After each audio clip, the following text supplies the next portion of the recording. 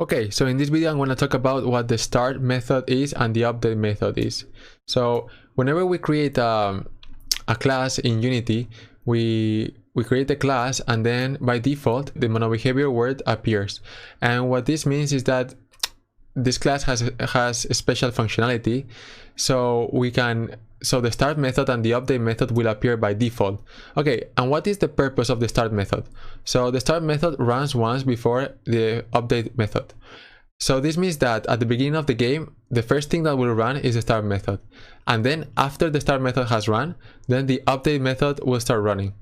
And the update method runs in every frame after the start method. This means that if your game runs at 60 frames per second, then this update method is going to be called 60 times per second.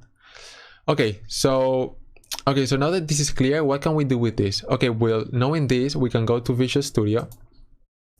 And if, for example, everything that we have done so far has been inside the start method. This is because we wanted everything to be executed at the beginning of the game.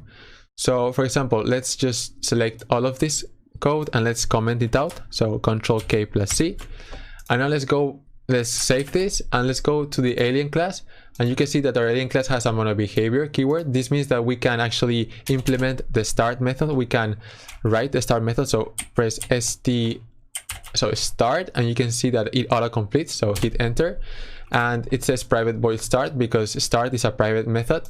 If you write it without the private, it's okay too. You can just say void start. I think this is how it appears every time you create a class. And inside here we can just say print, for example, and here we could say hello, I am an alien.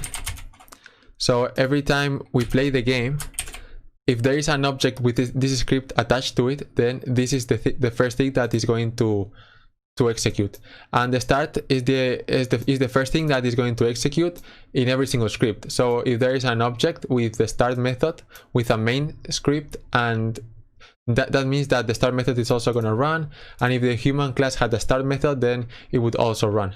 So that is the purpose of the start method. If we go to the Unity editor and click the play button, we could see that it says hello, I am an alien. Why? Because there is an alien. There is a game object with the script alien attached to it. And the same thing happens with the other objects.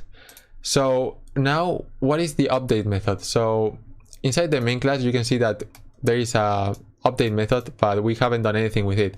So one thing we could do here is just print, just to see how it works. We could print something to the console, for example, update. We'll print the word update, and this should be printed out maybe 57 or 60 times per second, depending on the speed of your computer. Okay, so now if you're in Unity and we click play, we will see that the update method here is being called lots of times per second. This number over here, it's increasing. It's at 300, now it's at 400, so it's being called 60 times per second, more or less like that. If you don't have it like this, maybe it's because you don't have the collapse button checked. I have it checked. If you uncheck it, you can see that all the prints over here that the line has presented. So as you can see, this is the update method.